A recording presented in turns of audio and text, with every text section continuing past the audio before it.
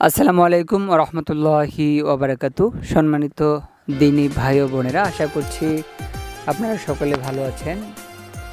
আমি আপনাদের সামনে যে দুজন ছেলে মানুষ দেখতে পাচ্ছেন, দুজনই আলহামদুলিল্লাহ হিফজ পড়তেছে। তো তাদের পরিচয়টা আমরা শুনবো, তাদের নাম জানবো এবং উভয়ের কাছে কোরআনুল কারিম থেকে যে কোনো ছোট্ট একটি সূরা আমরা তেলাওয়াত শুনবো ইনশাআল্লাহ। আসসালামু আলাইকুম ওয়া রাহমাতুল্লাহি ওয়া বারাকাতুহু। ওয়া আলাইকুম আসসালাম রাহমাতুল্লাহি। আমার নাম মোহাম্মদ ইব্রাহিম।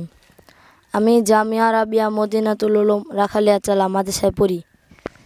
রাখালিয়া চালার মাদ্রাসায় হিফজ বিভাগের ছাত্র আমি। আমার 19 পারা হয়েছে। আপনারা সবাই দোয়া করবেন যেন আমি অতি তাড়াতাড়ি হিফজ শেষ করতে পারি। আলহামদুলিল্লাহ। আউযু বিল্লাহি মিনাশ শাইতানির রাজীম। বিসমিল্লাহির রহমানির রহিম।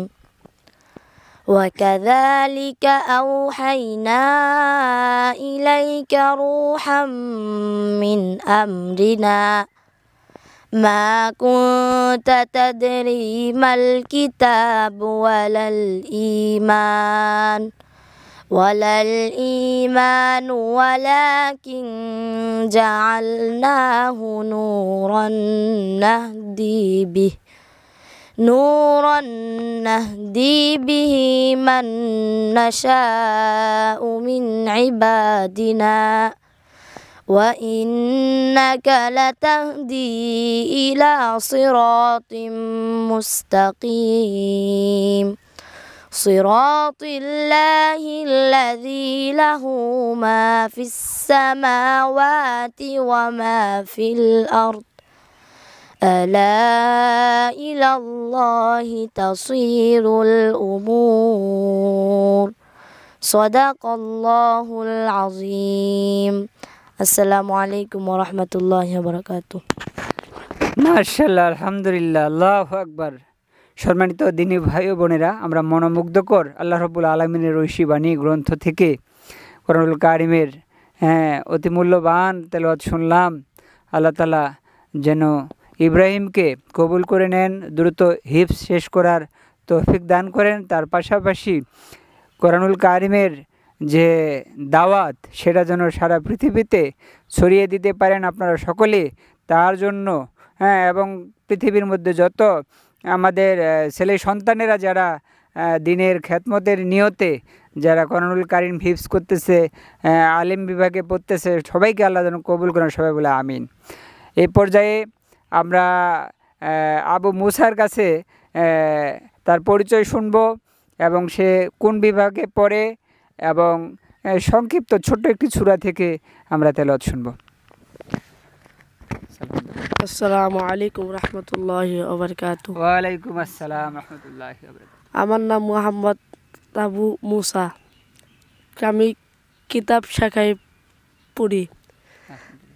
মাদ্রাসার নাম জামিয়া আরাবিয়া মদিনাতুল উলুম রাখালিয়া চালা মাদ্রাসা। আপনারা দোয়া করবেন আমি যেন তাড়াতাড়ি মাওলানা পাশ করতে পারি।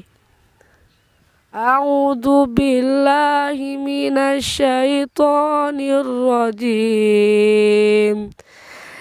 বিসমিল্লাহির রহমানির রহিম। ইন্না আ'তাইনাকাল কাউসার ফাসাল্লি লিরাব্বিকা ওয়ানহার ইন্না শানিয়াকা হুয়াল আবতার সাদাকাল্লাহুল আযীম। আসসালামু আলাইকুম রাহমাতুল্লাহি ওয়া বারাকাতুহু।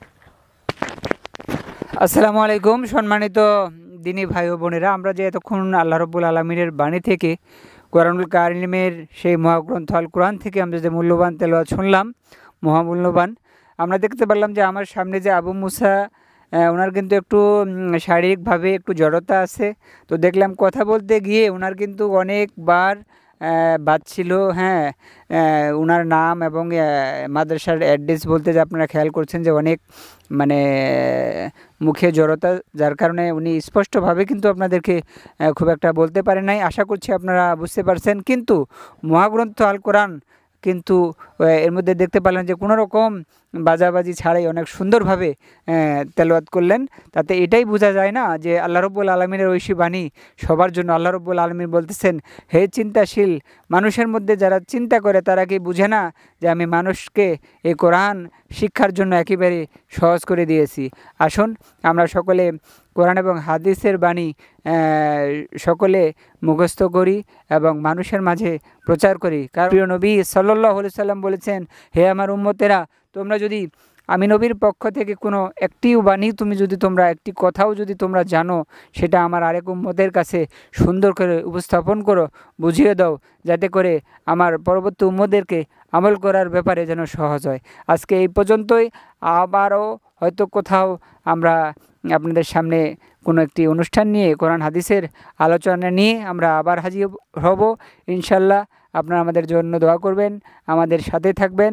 ইসলামিক লাইট টিভির পক্ষ থেকে আপনাদের সবাইকে অনেক অনেক শুভেচ্ছা এবং অভিনন্দন। আল্লাহ হাফিজ।